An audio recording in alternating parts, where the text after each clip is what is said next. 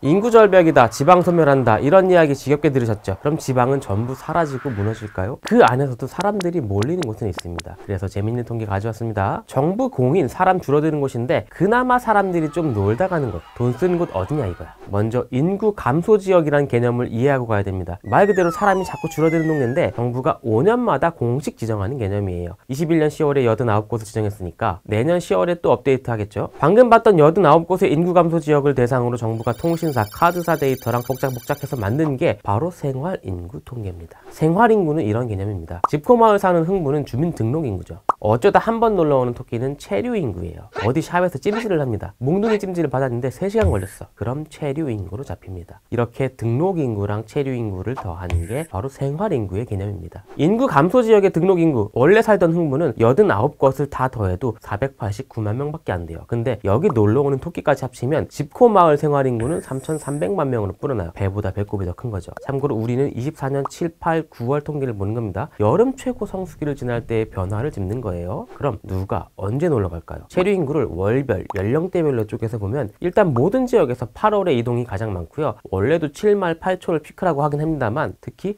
30세 미만은 8월에 쏠립니다. 젊음을 대분출하는 시기죠. 이제 가장 중요한 지표입니다. 그럼 어디 가서 놀까요? 체류 인구가 등록 인구 대비 제일 많은 곳, 원래 살던 흥부보다 놀러온 토끼들이 더 많은 곳, 거대한 정글이 돼버린 양양이 7, 8, 9월 모두 1등입니다. 강원도 양양군 중광정리, 우리에게 조금 익숙한 말로는 하조대였고요. 요즘 모르는 사람이 없는 서피비치가 바로 여기 있죠. 사실 하조대 가면 포병부대가 중간에 덩그러니 있거든요. 근데 그 앞에서 여름 내내 거대한 헌팅포차가 만들어집니다. 그들한테 너무 가혹한 거 아닙니까 정말? 그림으로 보는 게 이해하기 더 편합니다. 녹색에 가까울수록 기존 인구보다 체류 인구의 배수가 높았다는 뜻이고요. 그래프는 7, 8, 9월의 추세를 보여주는 거예요. 그런데 체류 일수를 보면 강원도는 2일에서 5일의 단기 체류가 절반을 넘습니다. 반대로 제일 아래 광역시들은 어떤가요? 21일 이상의 장기 체류 비중이 다른 지역들보다 높아요. 체류 인구가, 토끼가 그 동네를 찾는 성격이 지역별로 완전히 다르다는 의미죠. 그 성격을 좀 추측해 보자고요. 내가 회사 관두고 내려가서 펜션을 운영할 거야. 어디로 가야 됩니까? 숙박형 체류 인구의 비중이 가장 높은 곳이 어디냐? 강원도입니다. 가장 낮은 곳은 광역시고요. 그럼 앞에서 봤던 통계랑 조합해 보자고요. 강원도는 2일에서 5일 정도만 머물지만 온 김에 숙박하는 사람이 많다. 그러니까 관광의 성격이죠. 반대로 광역시는 21일 이상 길게 머무는 비중이 상대적으로 높지만 잠은 안 잔다. 일자리나 학교, 생활과 관련한 여러 가지 이유가 있겠죠. 그럼 어디서 오는 사람들일까요? 흥분의 JHJ 펜션 어느 지역에 홍보해야 되나요? 유입 상위 지역을 추려보면 강원도로 가시는 분들은 용인, 수원, 남양주, 경기권 분들이 쭉 상위권입니다. 근데 다른 지역은요, 대부분 주변 동네에서 와요. 충청도는 대전에서, 전라도는 광주에서, 이런 식으로요. 체류 인구 특성별로도 보자고요. 먼저 단기 숙박을 하는 분들은 여성, 30세 미만, 비인접 지역, 이렇게 3가지 키워드가 돋보입니다. 근데 여기서 자료의 함정이 뭐냐면 성비를 자세히 보면 사실 남성의 수치가 더 높아요. 근데 왜 여성이 강조돼 있냐? 앞으로 볼 다른 유형들이랑 비교하면 단기 숙박 파트에서만 여성의 비중이 거의 절반에 가깝다는 겁니다. 통근 통학 목적으로 추정되는 체류 인구, 여기서는 남성이 압도적이고 50대, 같은 시도 거주자의 비중이 높고요. 장기 체류 인구, 그러니까 21일 이상 숙박하면서 사실상 전입만 안 했지 그 동네 실거주하는 인구, 역시 남성 60세 이상, 비인접 시도 비중이 높습니다. 제일 중요한 파트입니다. 체류 인구, 토끼들이 흥분의 동네에 가서 돈 얼마나 뿌리냐 이겁니다. 인당 평균 사용액은 11만 9천 원인데 당연하지만 나이가 있을수록 많이 쓰고요. 재미있는 건 이게 지역 경제 그 자체라는 겁니다.